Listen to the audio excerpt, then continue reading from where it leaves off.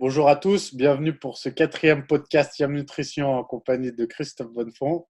Yes. On y va pour vos questions de cette semaine. Action. Action. Bon, bonjour à tous. C'est moi qui commence alors pour la question. Vas-y, on y va. Alors, j'ai les muscles courts du biceps et du triceps. Bon, déjà, mec, t'as pas de bol. Ouais, c'est Que vrai. faire pour les développer? C'est TGman 999.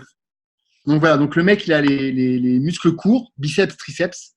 Donc là, c'est vraiment pas de bol. Et il demande qu'est-ce qu'il peut faire pour les développer. C'est chaud. C'est chaud.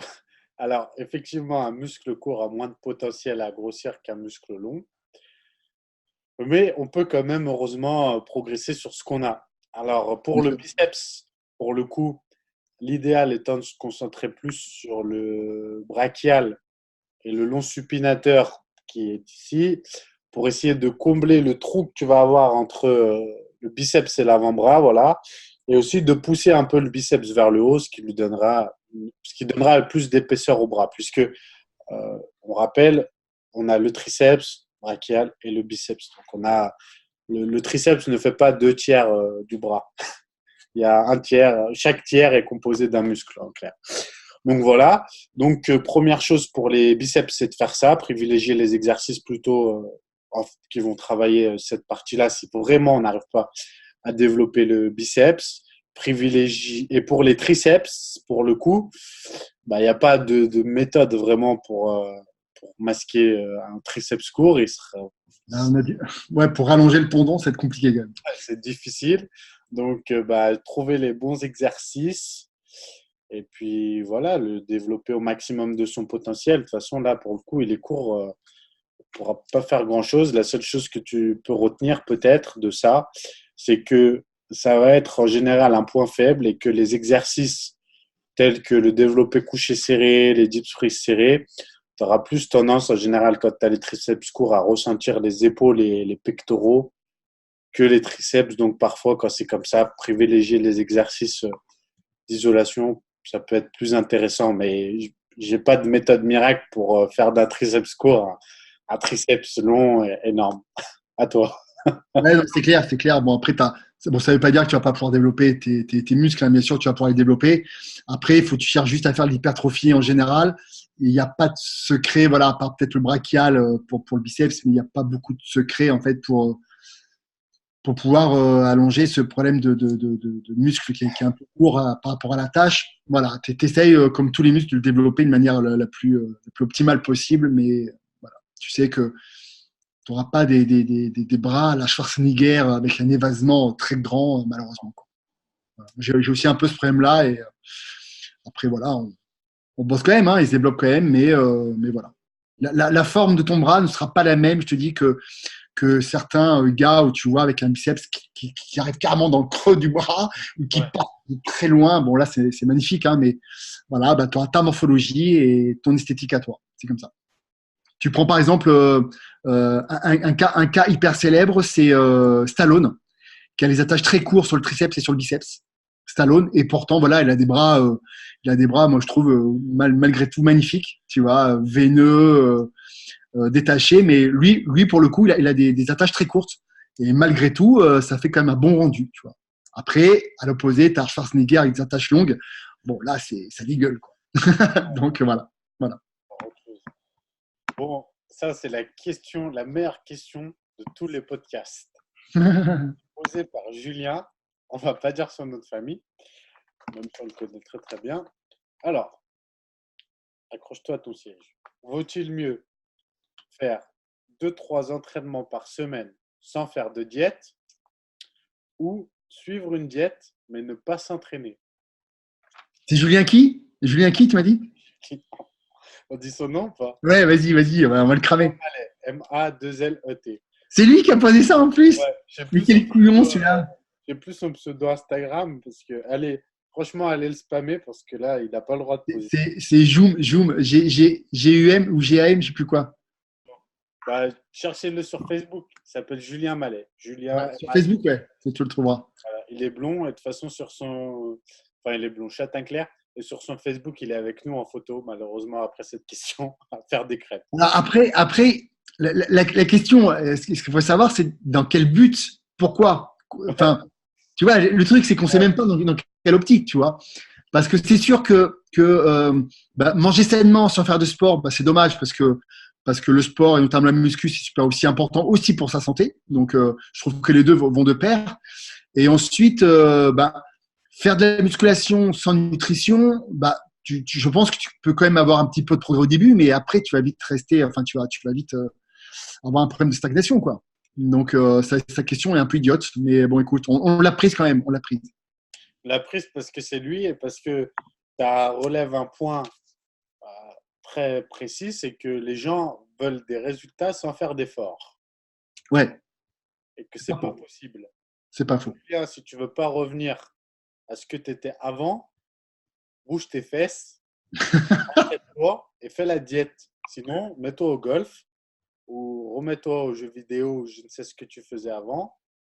Et voilà, au lieu de te sentir mieux dans ta peau comme maintenant, bah, tu te sentiras complexé comme avant et c'est pas la solution. Alors voilà, bouge tes fesses. Voilà, voilà la réponse, bordel. C'est pas possible ça. Bon, Ok. Alors, on question passe à la question suivante. ouais, un peu plus sérieux quand même. Alors, c'est une question de Marine Fulvia. Elle nous demande comment gérer deux compétitions en un week-end. Grosso modo, je pense qu'elle a dû faire une compétition le samedi, une compétition le dimanche. Et comment gérer ça? Ah, bah écoute, on l'a déjà tous, toi et moi, on a déjà eu le cas, je pense, en athlète de haut. Oui. Donc, vas-y, comment tu as géré ça? Vas-y, après je dirai comment. Bah, en fait, le problème, c'est que quand tu enchaînes 2 jours d'affilée, et, euh, quand tu joues au rebond sodium-potassium, du coup, il va falloir faire gaffe parce que vous savez très bien que quand on coupe le sel trop longtemps, le corps réagit en retenant le sel, en fait, en retenant l'eau, pardon. Donc, du coup, il va falloir que le rebond, notamment sodium-potassium, se fasse d'une manière très, très light.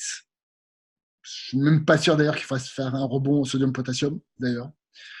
Enfin, notamment couper le sel. Je ne pense pas, quand c'est 2 jours d'affilée comme ça, c'est vachement risqué. Enfin, après, ça, c'est ma vision, mon expérience sur le long terme, en fait, maintenant. Au niveau du rebond, pareil, il va falloir peut-être y aller mollo. Après, ça va dépendre du gabarit. Si tu as été une femme et que tu es en bikini, il faut pas trop changer grand-chose. Il faut pas trop faire des gros flux. Après, que tu es un gros bodybuilder, là encore, c'est encore différent parce que tu peux peut-être te permettre un peu plus de glucides avec un rebond un peu plus long, ainsi de suite. Donc, encore une fois, ça va être du cas par cas.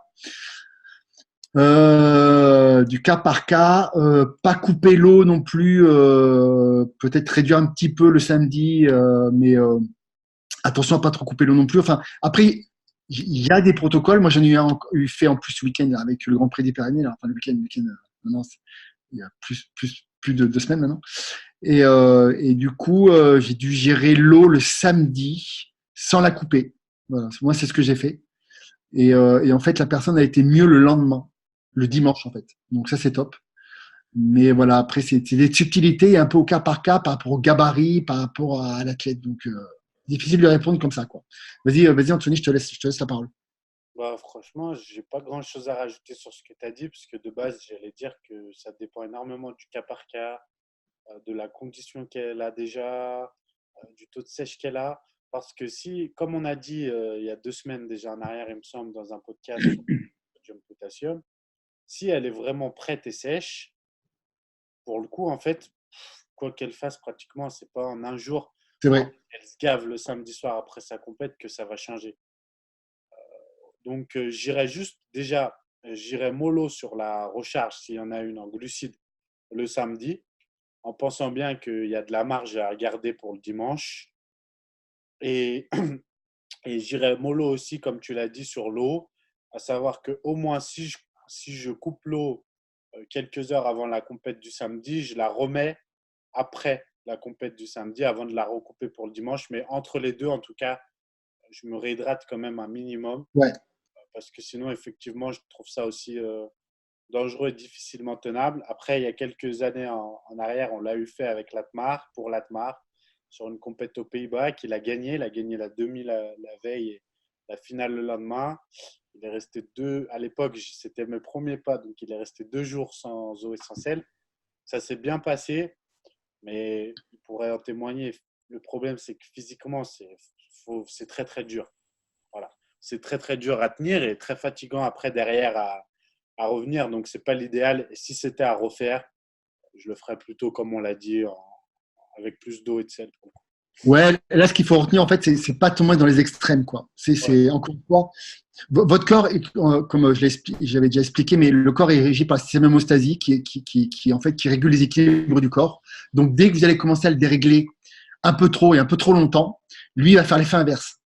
Donc, voilà. Donc, c'est pour ça que attention avec le sel, attention avec le potassium, attention avec l'eau, attention avec les glucides. Voilà, tout ça, ça doit être dans une symbiose euh, qui doit être relativement respectée. Et attention à pas tomber dans les extrêmes, parce que votre corps, de toute façon, va faire en sorte de rétablir l'équilibre. Donc, il va aller dans le sens inverse. Donc, attention avec ça. Donc, mollo, une question d'équilibre, de bon sens. Jouez pas les apprentis sorciers. Allez, alors, je dis pas que ça peut pas marcher, ça peut marcher, mais c'est vraiment la roulette russe. Et parfois, le corps, il nous joue des surprises et bon, c'est pas top, quoi. Donc, moi, je jouerais pas trop à la roulette russe, quoi. Voilà. Donc, cool, tranquille. bien. Ok, Anthony, vas-y. Alors, question assez personnelle. Alors, je pratique le street workout, la boxe, la lutte et j'ai des petits bras. Est-ce que si j'entraîne mes bras 3 fois par semaine en superset, en plus de mes entraînements, donc des autres sports, c'est bien ou c'est pas bien? Vous avez 30 minutes. Ouais, là encore une fois, c'est un problème de récupération en fait. Il va falloir comment tu fais pour récupérer tout ça, quoi. Parce que street workout, tu tires beaucoup sur les bras, dorsaux, bras, épaules, ça se sollicite beaucoup. Donc déjà, tes bras, ils sont pas mal sollicités. La lutte, tes bras sont aussi pas mal sollicités pour faire les clés, les enchaînements, les passer par-dessus, gripper, enfin tout ça, tes bras sont vachement sollicités. Et ensuite là-dessus, il faut que tu te rajoutes en plus des séances de musculation des bras. La boxe. Hein? La boxe, il a dit en plus. Ah, il fait en plus de la boxe, waouh, Ouais. qui sollicite aussi beaucoup les bras. Donc là, en fait, ça va dépendre de ta récupération sur tes bras. Donc, c'est balèze. Et combien de fois il faut faire les bras? 3 fois en plus? 3 fois par semaine en superset. Ouais. Ouais, c'est énorme. Ah ouais, c'est balèze.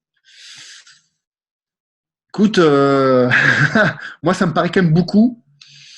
Ça me paraît vraiment beaucoup, quoi. Et après, c'est assez individuel. Hein. C'est à toi de voir comment tu gères ça, ta récupération. En tout cas, ce qui est sûr, il va falloir quand même que tu fasses des phases, je sais pas, toutes les 5 semaines, tous les 2 mois, ou pendant on va dire, allez, une semaine, vraiment, tu laisses à ton corps vraiment récupérer si tu fais cette haute intensité, toi. Moi, je pense vraiment qu'il va falloir que tu fasses des paliers où, allez, ok, tu fais 3 fois tes bras, tu fais tous tes sports et machin, et puis des phases où tu décompresses, tu laisses une chance à ton corps de récupérer. Tu vois, ça, c'est à mon avis, ça va être vraiment indispensable.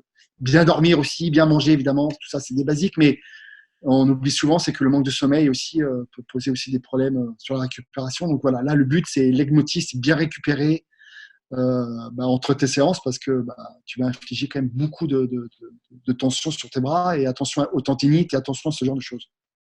Ouais. Écoute, je pense que tu as tout dit. Hein. Moi, pour moi, c'est beaucoup trop. C'est beaucoup trop. Je les ferai qu'une fois en faisant autant de sport. Franchement, je les ferai qu'une fois par semaine et voilà, à la limite avec un rappel comme on a expliqué la semaine dernière, mais voilà. Après Ouais, 3 fois, là, c'est balèze. Déjà, faire tous ces sports, je trouve ça balèze. ouais, c'est clair. Les 3 sports plus la muscu, je trouve ça balèze. Alors, voilà, faut rappeler que vouloir prendre du volume, en plus en faisant tout ça, hormis les entraînements, il va falloir suivre sur l'alimentation. Hein. Parce que la dépense va être énorme. Donc, il va falloir suivre. C'est peut-être plus pour moi là un problème d'alimentation même qui ne prend pas des bras que d'entraînement, tu vois. Donc, à suivre le poids et bien, bien manger. Ouais, puis il y a aussi le principe des fois de surentraînement sur cette cible-là, parce que le problème, on le voit souvent avec les profs de fitness qui donnent des cours d'abdominaux plusieurs fois par jour, toute la semaine. Vous verrez que leurs abdominaux ne sont pas hypertrophiés, quoi. Ouais, ouais. Donc, Ouais, mais parce que c'est trop et qu'à un moment donné, ton corps a quand même aussi besoin de récupérer. Donc, tes muscles, tes articulations, donc à sursolliciter comme ça. Alors, le corps a quand même une capacité d'adaptation qui est incroyable et phénoménale. Hein. Moi, il y a des cas, hein, il y a des gars. Tu prends par exemple des gymnastes. Moi, j'ai toujours des images de gymnastes quand j'étais gamin, adolescent. Je voyais des mecs, ils avaient des bras d'enculés, excusez-moi du terme. On va encore se faire bloquer par Facebook, mais des bras incroyables, incroyables. Et les mecs, ils s'entraînaient plusieurs heures par jour, tous les jours. Donc, je pense que notre corps a quand même une capacité énorme. Je pense que c'est assez aussi individuel. C'est-à-dire que tu as des gens qui récupèrent plus vite que d'autres. Peut-être d'un point de vue aussi génétique, d'un point de vue tendon, d'un point de vue hormonal, je sais pas, mais en tout cas, ce qui est sûr, c'est que bon, il y a beaucoup de paramètres à prendre en compte, surtout quand tu t'entraînes autant. Voilà. Après, il y a des cas particuliers. Hein, encore une fois, moi j'en connais. Hein, les mecs, c'est une machine de guerre. Ils s'entraînent tous les jours à fond avec des charges de ouf. Et les mecs, j'ai un gars aussi, là, un jeune là, qui est junior, qui est champion du monde de, de force athlétique. Et le mec, il fait du squat, du soulevé de terre, du coucher, je crois que c'est un jour sur deux, quoi. Ouais. Avec des charges de fou, quoi. Et le mec, pas de souci, quoi. Donc, voilà, après, faut peut-être y aller progressivement pour que ton corps puisse s'adapter au fur et à mesure. Et puis, moi, je prendrais quand même de temps en temps vraiment une semaine de repos pour laisser reposer tout ça. Donc, voilà. À toi. Ah, ok. Alors, des conseils pour optimiser son post-compète. Des conseils pour optimiser son post compète. Alors le problème, c'est pour optimiser son post compète, pardon. Dans quel domaine? Est-ce que c'est pour optimiser peut-être sa prise de masse musculaire? C'est une fille en plus qui demande ça. Je pense que ça va être dans cette optique-là parce que je vois pas comment ça peut être autrement, mais dis-moi. Pas reprendre trop vite du gras, peut-être, non? Peut-être aussi, ouais. Donc, Allez, on peut définir ce qui serait, selon nous, le post-compétition idéal, non? ouais. Allez, vas-y. Bah, déjà, ce qui est sûr, c'est que ce qui est intéressant en post-compète, c'est que le fait de remanger, donc du coup d'abaisser le stress infligé par l'organisme dû au régime et à l'entraînement, on peut passer par une phase de surcompensation qui est super intéressante pour le corps. C'est vrai que ça peut être grisant. Néanmoins, attention, parce qu'on est quand même, suivant le stress qu'on a infligé à son corps, moi je serais pour quand même déjà de prendre une semaine de repos, vraiment, parce que on a quand même bien abîmé le corps, que ce soit au niveau fatigue, au niveau stress, au niveau régime, au niveau même parfois musculaire, parce qu'on est aussi bas en masse grasse, forcément, bah, les articulations, elles ont peut-être pris aussi cher. Donc moi déjà, ce que je ferais, c'est une semaine où vraiment cool, je me détends, à la rigueur, je fais des sports en plein air, enfin voilà, vraiment, je ne me prends pas la tête. Et après, moi, je me mettrais directement en métabolisme de maintien par rapport à ton nouveau poids, d'accord, métabolisme de maintien pour pouvoir déjà réparer ton métabolisme parce que généralement, quand c'est des compétitions de bodybuilding ou de fitness, on a des métabolismes qui sont plutôt abîmés, d'accord, avec des métabolismes où on a généralement un crash métabolique, c'est souvent le cas, pas toujours, mais c'est souvent le cas.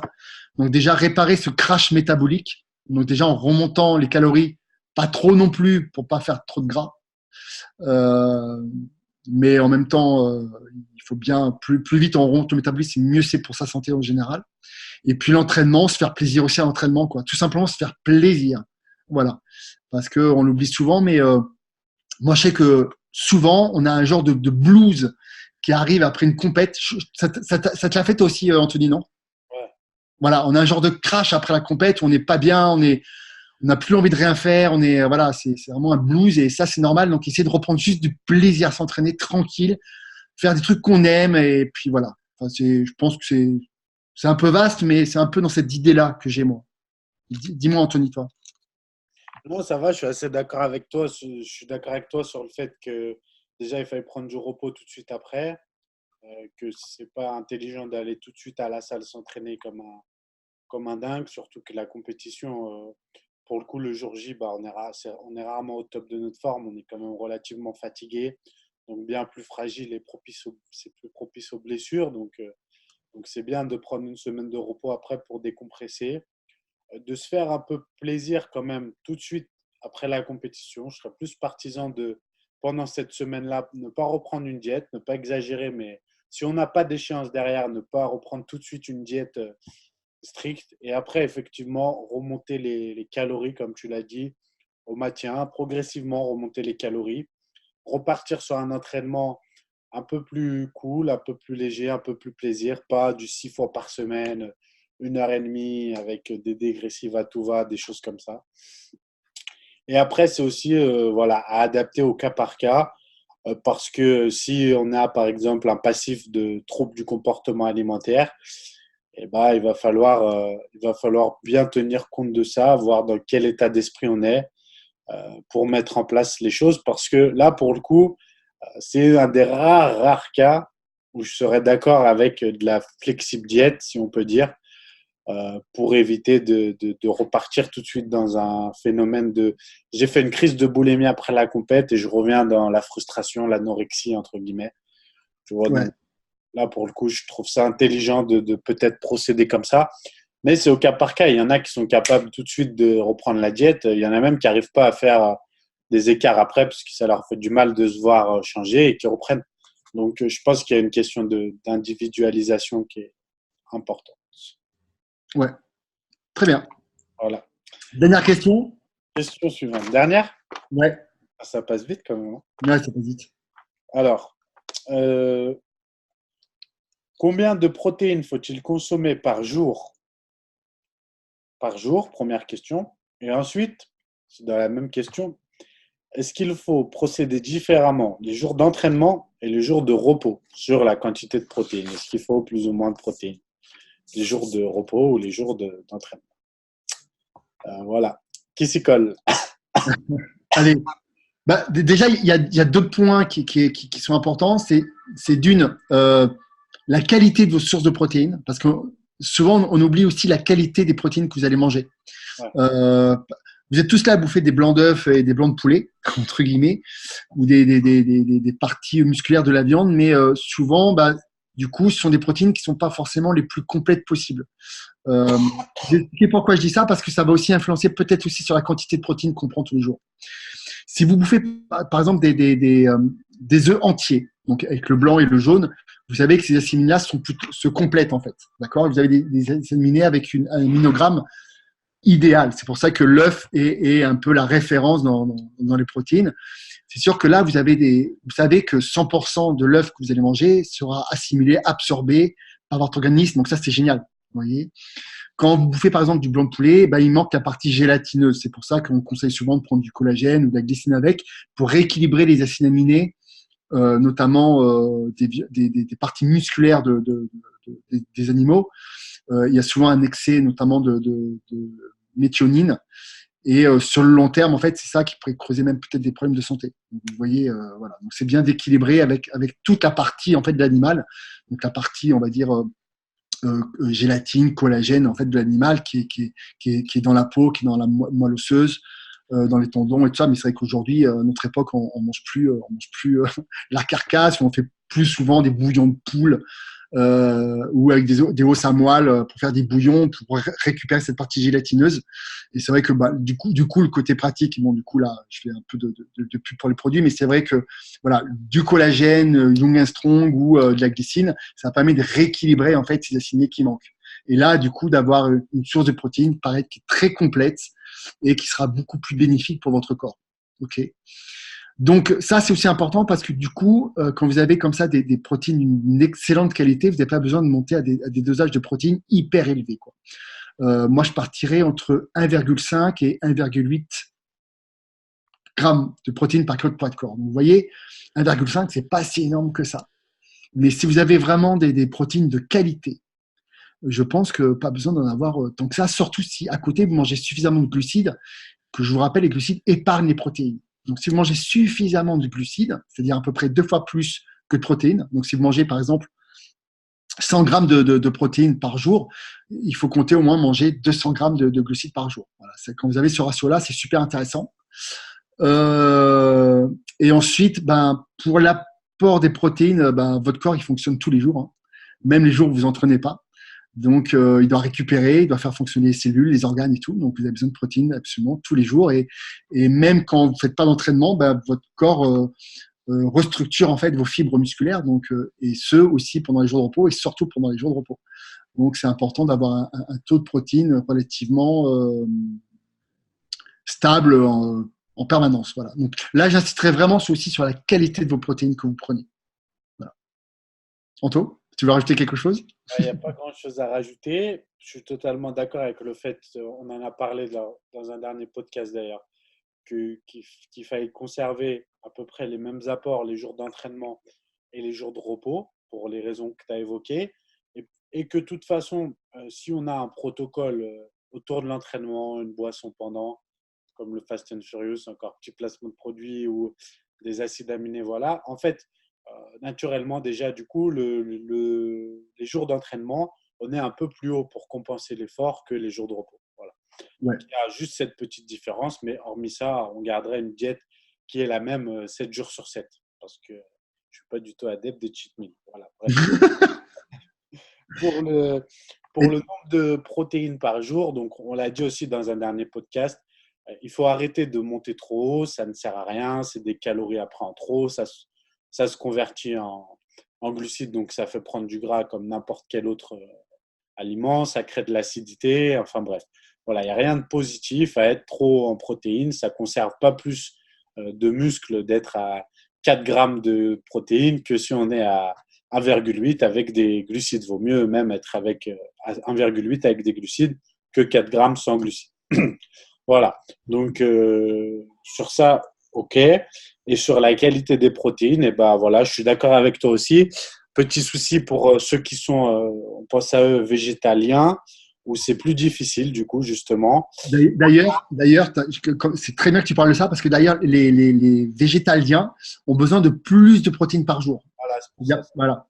Vas-y, vas-y, je te laisse enchaîner, mais oui, oui. Ouais, c'est ce que j'allais dire. Attention, justement, lorsque vous êtes végétalien, malheureusement, vous êtes en proie aux industries des compléments alimentaires et tout ça, la grosse industrie qui vous vend toutes sortes de produits promis avec des sources de protéines géniales, mais dans le règne végétal, les sources de protéines sont moins bien assimilées, sont moins complètes, donc toutes ne sont pas bonnes. Donc il faut, tu me l'avais dit une fois, on en avait parlé, et tu m'avais dit c'est très dur d'être végétalien et d'avoir des bons résultats, car il faut vraiment être un expert en nutrition.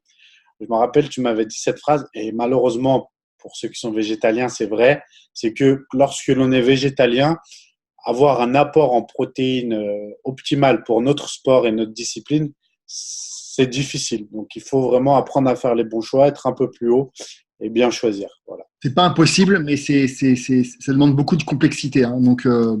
c'est pas impossible. Hein. Il y a des cas. Moi, je connais des végétaliens qui arrivent à être relativement en bonne santé et avoir des résultats physiques impressionnants. Moi, j'ai déjà vu. Hein. Même chez des femmes, même des bikinis. Tu vois, j'en connais une d'ailleurs. Et après, voilà, il faut vraiment être calé dans ce domaine-là et ça s'improvise pas en fait. C'est ce que j'essaie de vous dire avec les végétaliens. C'est très noble hein, et tout ça, mais voilà, ça s'improvise pas et on s'improvise pas végétalien du jour au lendemain. Voilà. Ça, je pense même que c'est assez risqué pour la santé. Et selon mon avis, ne me taclez pas à la gorge, être végétalien pour un choix éthique, je comprends parfaitement, chacun ses convictions, mais pour un choix santé, c'est pas la meilleure solution. Autant végétarien, ça se discute carrément, mais végétalien, selon moi, pour avoir une santé optimale, quand on est sportif, qu'on fait pratique notre discipline, c'est pas l'idéal. Voilà. Ça reste mon avis. Voilà. Et du coup, ben, pour les végétaliens, il faut monter à 2 grammes par kilo de poids de corps. Mm. Ok, donc faut monter un peu plus les protéines. Du coup, ce qui est un peu plus problématique parce que ça veut dire que bah, la plupart des aliments qui sont riches en protéines dans le règne végétal sont aussi riches en glucides et riches aussi en antinutriments. Donc voilà, donc il va falloir avoir des préparations bien spécifiques sur vos légumineuses, par exemple, sur vos céréales, les faire tremper toute la nuit pour essayer d'enlever un maximum d'antinutriments et tout ça, d'enlever un peu de lectine, un peu de et tout ça. Voilà, donc voilà, je lui dis ça s'improvise pas, c'est possible, mais voilà, ça demande un peu de travail, un peu de connaissances pour arriver à avoir des bons résultats. Donc, voilà. Et surtout, si vous êtes dans ce cas, utilisez bien les compléments alimentaires parce qu'il y a certaines sources dont vous aurez besoin vraiment parce que pour le coup, quand on est végétalien, on élimine quand même une certaine partie des vitamines et minéraux qu'on retrouve difficilement dans le règne végétal ou alors de manière difficilement assimilable parce que toutes les sources ne se valent pas. Voilà, dernier petit point. C'est ça. Bon, bah écoute, là-dessus, on va se quitter. On se quitte, c'est un peu triste, mais on se quitte. C'est ça. Bon, bah écoute, à la prochaine. N'hésitez pas à nous poser des questions, messages privés pour nous envoyer. Comme ça, on les sélectionne et toutes celles qu'on trouve pertinentes et intéressantes à faire partager, on vous les mettra. On vous les mettra. Voilà, n'hésitez pas à commenter, à mettre un petit pouce, à partager et on se retrouve la semaine prochaine pour un nouveau podcast. Bye bye. Ciao.